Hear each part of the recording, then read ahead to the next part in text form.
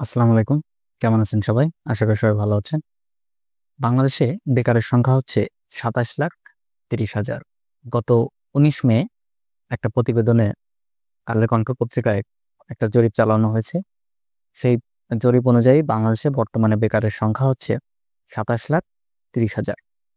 তো যা গত বছরের তুলনায় ৩,৩০,০০০ বেশি। অর্থাৎ ৩,৩০,০০০ গত বছরের তুলনায় এবছর বেকারের সংখ্যা বৃদ্ধি পেয়েছে। আর এই বৃদ্ধি পাওয়ার হার হচ্ছে ৪.৬৩%। বাংলাদেশের এই বেকারত্বের পরিস্থিতির উপর ভিত্তি করে স্টুডেন্টদের কাছে জিজ্ঞাসা করেছিলাম যে, তোমাদের ভবিষ্যৎ পরিকল্পনা কি? তোমরা ভবিষ্যতে কে কি করতে চাও? তো তারা ৩ টা অপশনের কথা বলছে। তো আজকে এই ৩ টা অপশন নিয়ে আলোচনা করব এবং আসলেই আমাদের ভবিষ্যৎটা কি? আমাদের ভবিষ্যৎ লাইফটা কেমন হতে যাচ্ছে? বা তার আ কি, কি দিক সমস্যা আছে, কি, কি সম্ভাবনা আছে? তো সেই সকল বিষয়বলিগুলো নিয়ে আজকে আলোচনা করব। তো চলুন শুরু করা যাক। তো স্টুডেন্টদের কাছে তাদের ভবিষ্যৎ পরিকল্পনা সম্পর্কে যখন জিজ্ঞাসা করেছিলাম, তো তারা ৩ টা বিষয় তারা চুজ করছে। নাম্বার 1 যে টপিকটা সেটা হচ্ছে যেকোনো জব, গভর্নমেন্ট যেকোনো জব তারা করতে চায়। আ তো সেটা তার ভিতরে ডাক্তার, ইঞ্জিনিয়ার প্লাস অন্যান্য যে বিষয়বলিগুলো আছে, এক কথায় মোট কথায় হচ্ছে গভর্নমেন্ট জব তারা করতে চায়। যেকোনো ধরনের জব, গভর্নমেন্ট জব। সেকেন্ড যে অপশনটা সেটা হচ্ছে তারা বিদেশে যেতে চায়। বিদেশে পড়ালেখার সুবাদে হোক বা হচ্ছে অ্যাজ এ ওয়ার্কার হিসেবে হোক, তারা বিদেশে যেতে চায়। আর থার্ড যে অপশনটা সেটা অনেক বেশি স্টুডেন্টই চুজ করছে। তো সেটা হচ্ছে ফ্রিল্যান্সিং। অর্থাৎ তারা ফ্রিল্যান্সিং এর সেক্টরে যেতে চায়। কনটেন্ট ক্রিয়েশন, আ ফ্রিল্যান্সিং বিভিন্ন কাজ, গ্রাফিক্স ডিজাইনিং, তারপর হচ্ছে অনলাইন মার্কেটিং, এই সকল যে বিষয়বলিগুলো আছে, এই সকল বিষয়বলিগুলোতে তাদের আগ্রহটা অনেক বেশি। অর্থাৎ কম্পিউটার এবং মোবাইল রিলেটেড বিষয়বলিগুলোতে তাদের আগ্রহ বেশি। তো চলুন দেখি ১ম টপিকটায় আসলে আমাদের কতটুকু সম্ভাবনা এবং কতটুকু কি, কি সমস্যার দিকগুলো আছে সেগুলো নিয়ে একটু আলোচনা করি। তো ১ম হচ্ছে জব সেক্টর। তো দেখেন বাংলাদেশে জব মার্কেটের যে অবস্থা, তো দেখতে পাচ্ছেন যে পরিসংখ্যানের কি অবস্থা। তো বাংলাদেশে যে এই যে ২৭,৩০,০০০ যে বেকার, তো সেই তুলনায় কিন্তু বাংলাদেশের সরকারি গভর্নমেন্ট জব কিন্তু তুলনামূলক খুবই কম। খুবই কম বলতে দেখা যাচ্ছে যে সব মিলায়ে হয়তো ৩,০০,০০০ বা ৪,০০,০০০ পোস্ট আমাদের আছে। সব মিলায়ে টোটাল সবকিছু মিলায় গভর্নমেন্ট যে পদগুলো আছে সবগুলোতে আপনার ৩ থেকে ৪,০০,০০০ পদ আছে। তাহলে যদি আমরা ৩ থেকে ৪,০০,০০০ পদ ধরলাম, আমরা ৫,০০,০০০ ৫,০০,০০০ পদ যদিও বাদ দিই, তাও দেখেন আমাদের ২২,০০,০০০ শিক্ষার্থী এখনো পর্যন্ত বেকার অবস্থায় থেকে যায়। এদের কিন্তু কর্মসংস্থানের কোনো সুযোগ নাই। বাংলাদেশে কর্মসংস্থানের মেজরিটি কিন্তু ধরে রাখছে বেসরকারি খাত। তো বেসরকারি খাতে সবাই কিন্তু ফার্স্ট একটা প্রায়োরিটি থাকে যে আমি গভর্নমেন্ট জব করব। তাহলে গভর্নমেন্ট জব আমি বর্তমানে বাংলাদেশের এজ হচ্ছে 32, অর্থাৎ ৩২ বছর পর্যন্ত আপনি গভর্নমেন্ট জব আ করতে পারবেন। এপ্লাই করতে পারবেন, পরীক্ষা দিতে পারবেন। তো হচ্ছে এই ৩২ বছরের ভিতরেই কিন্তু আপনাকে যা কিছু করতে হবে। তো দেখা যাচ্ছে একটা অ্যাজ এ স্টুডেন্ট তার অনার্স মাস্টার্স শেষ করতে, করতে তার কিন্তু ২৫ বছর অলরেডি কেটে যায়। ঠিক আছে? অনার্স মাস্টার্স কমপ্লিট করতে, করতে ডিগ্রি পাস এগুলো সবগুলো কমপ্লিট সার্টিফিকেট অর্জন করতে, করতে তার কিন্তু ২৫ বছর অলরেডি হয়ে যায়। তাহলে সে কিন্তু ৫ থেকে ৭ বছরের একটা টাইম সে পাচ্ছে জবের প্রিপারেশন এর জন্য। তো এই প্রিপারেশন এর ভিতরে সে যদি প্রিপারেশন কোনো একটা ওই যে ৪,০০,০০০ বা ৫,০০,০০০ এর ভিতরে যদি সে জায়গা দখল করতে পারে, তাহলে তো সে চাকরি জব মার্কেটে প্রবেশ করতে পারতেছে। বাট আ এর ভিতরে যদি সে কোনো কিছু না করতে চায়, তাহলে কিন্তু কখনোই সে জব মার্কেটে আসতে পারবে না। সে ওই বেকারই থেকে যাবে। ওই ২২,০০,০০০ শিক্ষার্থীর মতো ২২,০০,০০০ লোকের মতো বেকারত্বের অবস্থা হয়ে যাবে। তো এটা একটা সমস্যাগত দিক। সেকেন্ড যে টপিকটা আছে প্রবাস, অর্থাৎ বাইরের কান্ট্রিতে সে যাবে। তো বাইরের কান্ট্রিতে যাওয়ার জন্য আমাদের ২ টা সিস্টেম আছে। আমরা অ্যাজ এ ওয়ার্কার হিসেবে যেতে চাই কেউ, কেউ বা পড়াশোনার সুবাদে আ যেতে চায়, কেউ চাকরি পারপাসে যেতে চায়। আ তো যারা পড়াশোনার সুবাদে যেতে চায়, তো এদের মেজরিটি পারসন যারা থাকে, তাদের মূল টেনডেন্সি থাকে হচ্ছে তারা বিদেশে যেয়ে সেটেল হয়ে যাবে। ঠিক আছে? তো এদের একটা চিন্তাভাবনা থাকে যে আমি অ্যাজ এ পড়ালেখা করব এখানে প্লাস পার্ট টাইম একটা জব করব, এবং তাদের মূল উদ্দেশ্যই থাকে যে তারা দেশের বাইরে যখনই যাচ্ছে তখন তারা দেশের বাইরে সেটেল হওয়ার চিন্তা ভাবনা করে। তো দেখেন আমরা একটা দেশের ফরেন রিজার্ভ, অর্থাৎ যে বিদেশে যে রিজার্ভটা আছে, এই রিজার্ভটা সম্পূর্ণটাই নির্ভর করে কিন্তু দুইটা সেক্টরের উপরে। একটা হচ্ছে হয় তাকে বিদেশি ওয়ার্কারের রেমিটেন্সের উপরে নির্ভর করতে হবে। সেকেন্ড যে অপশনটা সেটা হচ্ছে সে দেশ থেকে কোনো জিনিস প্রোডাক্ট রপ্তানি করতে হবে। তো দেখেন আমাদের আমাদের দেশের যে প্রেক্ষাপট, আপনি একটা জিনিস চিন্তা করে দেখেন আমরা কয়টা প্রোডাক্ট বাইরে রপ্তানি করতে পারি। আমাদের সবকিছু 90% জিনিসই আমাদেরকে বিদেশ থেকে আমদানি করতে হয়, সবকিছু আমদানি করতে হয়। তাহলে আমাদের যে ফরেন রিজার্ভটা, সেই ফরেন রিজার্ভটা সম্পূর্ণটা টিকে আছে কিন্তু প্রবাসীদের উপরে, অর্থাৎ প্রবাসীদের রেমিটেন্সের উপরে ভিত্তি করে কিন্তু আমাদের সবকিছু চলতেছে, সবকিছু কাজকর্ম চলতেছে। তো আর ফরেন রিজার্ভ না হলে তো আমরা বাইরের থেকে, যেহেতু আমাদের সবকিছুই বাইরে থেকে আমদানি করতে হয়, কিনতে হয়, সো আমাদের কিন্তু সবকিছুই ফরেন রিজার্ভের জন্য এটা খুবই গুরুত্বপূর্ণ। অর্থাৎ আপনি যা কিছুই কিনতে যান না কেন বিদেশ থেকে, আপনার কিন্তু ফরেন রিজার্ভের পরিমাণ অনেক বেশি থাকা লাগবে।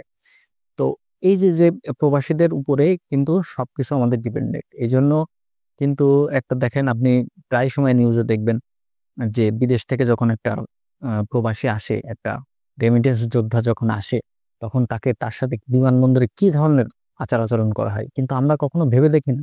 আমাদের প্রত্যেকটা জিনিস, আমাদের সরকারি যত ব্যয় আছে, যত আয় আছে, সবকিছু কিন্তু এই প্রবাসীদের উপরে নির্ভরশীল।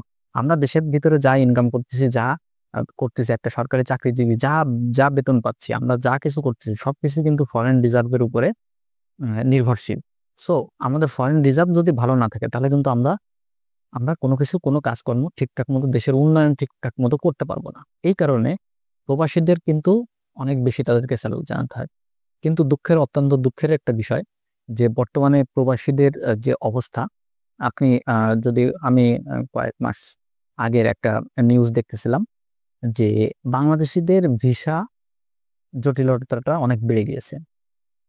আমাদের পার্শ্ববর্তী দেশ যেমন কম্বোডিয়া, ভিয়েতনাম, থাইল্যান্ড, তারপর হচ্ছে ইন্দোনেশিয়া, মালয়েশিয়া, এই সকল দেশগুলা অলরেডি তাদের ভিসা প্রসেসিং অনেক কঠিন করে ফেলছে। বাংলাদেশিদের তারা ভিসাই দিতে চাচ্ছে না। এর কারণটা কি? প্রধান কারণটা কি? প্রধান কারণটা হচ্ছে যে বাংলাদেশ থেকে যখন একটা প্রবাসী হিসেবে সে যখন কাজে যাইতে চায়, তো দেখেন একটা প্রবাসী যখন সে কাজে হিসেবে যায়, সাপোজ তার বেতন হচ্ছে $500, অর্থাৎ 50,000 60,000 টাকা তার বেতন আসতেছে। একটা কোম্পানি তাকে হায়ার করে নিয়ে যাচ্ছে, সরকারি মাধ্যম দিয়ে কথা বলতেছে। তো যখনই সে নিয়ে যাচ্ছে, তো একটা ওয়ার্কারের পিছনে কিন্তু যে কোম্পানি তাকে নিয়ে যাচ্ছে তার কিন্তু একটা খরচ আছে। তো আমাদের আমাদের টেন্ডেন্সিটা একটু অন্যরকম। যারা বিদেশে যেতে চায়, এরা সবাই চিন্তা করে কি যে আমি বিদেশে যাব, বিদেশে যেয়ে আমি 2 লাখ 3 লাখ টাকা আমার স্যালারি হবে, আমি আরাম-আয়েশে জীবনে পার করব। দেখা যাচ্ছে একটা ওয়ার্কার সে 10 লাখ 15 লাখ টাকা খরচ করে সে বিদেশে যাচ্ছে। তখন তার মাথার ভিতরে কিন্তু একটা টেন্ডেন্সি থাকে যে আমার বেতন হবে 2 লাখ 3 লাখ, আমি আসবো, বিদেশে যাব, বিদেশে যাওয়ার পরে আমি 2-3 বছরের ভিতরে আমার সকল দেনা দায়, লোন-টোন যা আছে সবকিছু শোধ করে দিব। কিন্তু যখনই সে চায়, যে দেখে কি যে তার বেতন হচ্ছে $500, তখনই কিন্তু ঝামেলাটা বাধে। তখনই তার ভিতরে একটা টেন্ডেন্সি কাজ করে যে আমার এই দেনা দায় শোধ করতে করতে তো আমার সারা জীবনই পার হয়ে যাবে। তাহলে আমি কিভাবে কি করব? তখনই তারা কি করে, ওই কোম্পানি থেকে চেঞ্জ করে অন্য কোম্পানিতে যাওয়ার চেষ্টা করে, এবং সেখান থেকে সে হয় পালায় যায়, বা হচ্ছে ওই কোম্পানি থেকে সে চলে যাচ্ছে। আর যখন এরকম হচ্ছে, তখন ওই কোম্পানির কিন্তু বাংলাদেশি ওয়ার্কারের প্রতি একটা নেগেটিভ ইফেক্ট তৈরি হয়, এবং যেটা টোটাল ইন্টায়ার আমাদের শ্রমবাজারের উপর একটা প্রচন্ড আকারে প্রভাব সৃষ্টি করে। তখন কিন্তু কোনো কোম্পানি তখন বাংলাদেশি ওয়ার্কারকে নিতে চাচ্ছে না। এই সুযোগটা কিন্তু অলরেডি ইন্ডিয়া নিয়ে নিয়েছে। তারা দেখেন, তাদের দেশের জনসংখ্যা 145 কোটি। তারা কিন্তু মানব সম্পদ, আপনি বিশ্বের যে প্রান্তেই যান না কেন, আপনি ইন্ডিয়ান ওয়ার্কার, ইন্ডিয়ান ব্যবসায়ী, ইন্ডিয়ান লোক আপনি পাবেনই। তাহলে তারা দেখেন মার্কেটটাকে, পুরো বিশ্বটাকে তারা কিন্তু দখলে নিয়ে আসছে। তারা কিন্তু এই ম্যান পাওয়ারটাকে কাজে লাগাচ্ছে। কিন্তু আমরা কিন্তু সেই কাজটা করতে পারতেছি না। এটা হচ্ছে আমাদের মানসিকতার সমস্যা। তো এইজন্য সরকারিভাবে অনেকে যেতেই চায় না বাইরের কান্ট্রিতে। অনেক দেশ ভিসা বন্ধ করে দিচ্ছে। দেখেন যখন এই ভিসা বন্ধ করে দিচ্ছে বিভিন্ন দেশ, তখন কি করতেছে, বাংলাদেশিরা কি করতেছে, ট্যুরিস্ট ভিসা নিয়ে সে একটা কান্ট্রিতে ঢুকতেছে। ধরেন থাইল্যান্ডে সে ট্যুরিস্ট ভিসা নিয়ে ঢুকতেছে। যখন এই থাইল্যান্ডে ট্যুরিস্ট ভিসা নিয়ে ঢুকতেছে, ঢোকার পরে সেখানে 1 সপ্তাহ 2 সপ্তাহ ঘোরার পরে সে কিন্তু ওইখান থেকে আর ফেরত আসছে না। সে হয় ওইখান থেকে পালায় অন্য দেশে চলে যায়, বা ওই দেশেই অবৈধ হিসেবে সে কিন্তু থেকে যায়, লুকিয়ে থাকে। লুকিয়ে থেকে সেইটা ওইখান থেকে বৈধ হওয়ার চেষ্টা করে। এটাও কিন্তু একটা শ্রম বাজারের উপরে প্রচন্ড আকারে ইফেক্ট তৈরি করতেছে। এর ফলে এর ফলে কি হচ্ছে, আমাদের টোটাল শ্রম যে বাজারটা আছে, শ্রম বাজারটা আছে বিদেশিদের উপরে, টোটালি আমাদের নষ্ট হয়ে যাচ্ছে। আপনি দেখেন ইটালিতে জীবনের ঝুঁকি নিয়ে সমুদ্রপথে পাড়ি দিয়ে চলে যাচ্ছে। এর প্রধান কারণ কি? এর প্রধান কারণ কিন্তু বেকারত্ব। কারণ দেশে গভর্নমেন্ট জব নাই, সে পড়ালেখা করতেছে না, তার ভিতরে কোনো স্কিল নাই। বিদেশে যখন একটা কাজ নিয়ে সে যখন যাবে, অনেকে কি করে, দালালের মাধ্যমে যায়, কিন্তু সে ন্যূনতম তার সেই কাজের কোনো অভিজ্ঞতা তার ভিতরে থাকে না। এই অভিজ্ঞতা যখন না থাকে, তখন একটা কোম্পানি যখন আপনাকে হায়ার করবে, তখন আপনাকে কি হিসেবে হায়ার করবে? অবশ্যই আপনার কাজের উপরে হায়ার করবে, আপনার দক্ষতার উপরে হায়ার করবে। কিন্তু আপনার যদি দক্ষতাই না থাকে, আপনার কাজ করার যদি অ্যাবিলিটি না থাকে, আপনি বিদেশে যেয়ে তাহলে খামাখা কি করবেন? তখন কিন্তু ওই কোম্পানি তাকে আর বেতন দিতে চায় না, বা বেতন দিলেও তার 50% দেখা যাচ্ছে তাকে বেতন দেয়, বা তাকে কাজ শেখায়। তো এই জিনিসগুলা কিন্তু আমাদের তখন সহ্য হয় না। আমরা অতি লোভে পড়ে আমরা কিন্তু আমাদের টোটাল শ্রম বাজারটাকে নষ্ট করে ফেলছি। এই হচ্ছে বর্তমানে প্রবাসীদের অবস্থা। আর এখানে এখন বলতে পারেন যে আপনি কেন অ্যাজ এ লোয়ার লেভেলের কথা বলতেছেন? অনেকে তো পড়ালেখার সুবাদে বিদেশে যাচ্ছে। কিন্তু সেটা হাতে গোনা কয়জন? হয়তো আমাদের মিডল ক্লাস ফ্যামিলির যারা আছে, তারা হয়তো বিদেশে কল্পনাও করতে পারেন। একটা দেশে পড়তে গেলে দেখা যাচ্ছে 20 লাখের উপরে খরচ হয়ে যাচ্ছে। এটা কিন্তু মিডল ক্লাস বেয়ার করতে পারে না। আর যদি মিডল ক্লাস শ্রেণী যারা আছে, তারা যদি এটা বেয়ারও করে, এই খরচটা যদি তারা বহনও করতে পারে, কিন্তু তারপরেও সে বিদেশে যে দেখা যাচ্ছে ঠিকঠাক মতো কাজ পাচ্ছে না, ঠিকঠাক মতো কাজ করতে পারছে না, বা সে যে ইউনিভার্সিটিতে যাচ্ছে বা যেখানে যাচ্ছে, সেখানে কিন্তু প্রচুর রুলস অ্যান্ড রেগুলেশনের ভিতরে থাকতে হয়, অনেকে কাজ করতে পারে না। তখনই তারা কিন্তু হতাশ হয়ে চলে আসে। প্লাস ওই যে যে টাকা সে খরচ করে চলে যাচ্ছে, সেই টাকাটাও কিন্তু সে ওখান থেকে উঠাতে পারতেছে না। তাহলে সর্বোপরি সব দিক থেকে বিদেশের অবস্থা কিন্তু এখন বর্তমানে খুবই নাজুক অবস্থায় আছে। অলরেডি আমাদের দেখেন মধ্যপ্রাচ্য বলেন, আমাদের অন্যান্য দেশ বলেন, কোরিয়া, এই সকল দেশগুলোতে কিন্তু অলরেডি কিন্তু ওয়ার্কার নেওয়া কিন্তু বন্ধ করে দিচ্ছে। এখন পর্যন্ত ইউরোপিয়ান মার্কেটটা এখনো পর্যন্ত স্বাভাবিক আছে, বাট এটা কতদিন স্বাভাবিক থাকবে এটা আসলে বলার মতো কোনো পরিস্থিতি নাই। তো থার্ড যে অপশনটা এবার আসি, সেটা হচ্ছে ফ্রিল্যান্সিং। তো অনেক স্টুডেন্টরা ফ্রিল্যান্সিং এর দিকে যাইতে চায়। এটা একটা খুবই ভালো জিনিস। কন্টেন্ট ক্রিয়েশন, গ্রাফিক্স ডিজাইনিং, বিভিন্ন সেক্টরে বিভিন্ন কাজ, এ সকল কাজগুলো তারা করতে চায় কম্পিউটার রিলেটেড। তো এখানে একটা আনন্দের একটা বিষয় আছে, যে সেটা হচ্ছে বাংলাদেশ কিন্তু ফ্রিল্যান্সারের দিক থেকে বিশ্বে কিন্তু দ্বিতীয় অবস্থানে আছে, সেকেন্ড পজিশনে আছে। সো বাংলাদেশি ওয়ার্কারদের, বাংলাদেশি যারা ফ্রিল্যান্সার আছে, তাদের কিন্তু চাহিদা বাইরের কান্ট্রিতে অনেক আছে। কিন্তু এখানে প্রবেশ করার ক্ষেত্রে আপনাকে একটা জিনিস মাথায় রাখতে হবে, যে আপনি ধরেন বাংলাদেশের সর্বোচ্চ যে জব জব সেক্টর হচ্ছে বিসিএস। তো বিসিএস এ আপনি সাপোজ অ্যাপ্লাই করছেন, আপনি পরীক্ষা দিবেন, তাহলে আপনাকে কিন্তু 3 থেকে 4 লাখ স্টুডেন্টের সাথে আপনাকে ফাইট করতে হবে, ফাইট করে আপনাকে একটা পজিশনে আসতে হবে।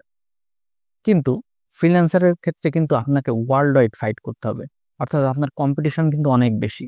আপনি একটা ভালো গ্রাফিক্স ডিজাইনিং পারেন, আপনি ভালো ভিডিও এডিটিং পারেন, আপনি ভালো অডিও এডিটিং পারেন, আপনি ভালো ভয়েস ওভার আর্টিস্ট হিসেবে আপনি যাইতে পারেন। বাট আপনাকে একটা জিনিস মাথায় রাখতে হবে, যে আমাকে কিন্তু ওয়ার্ল্ড ওয়াইড কম্পিটিশন করতে হবে।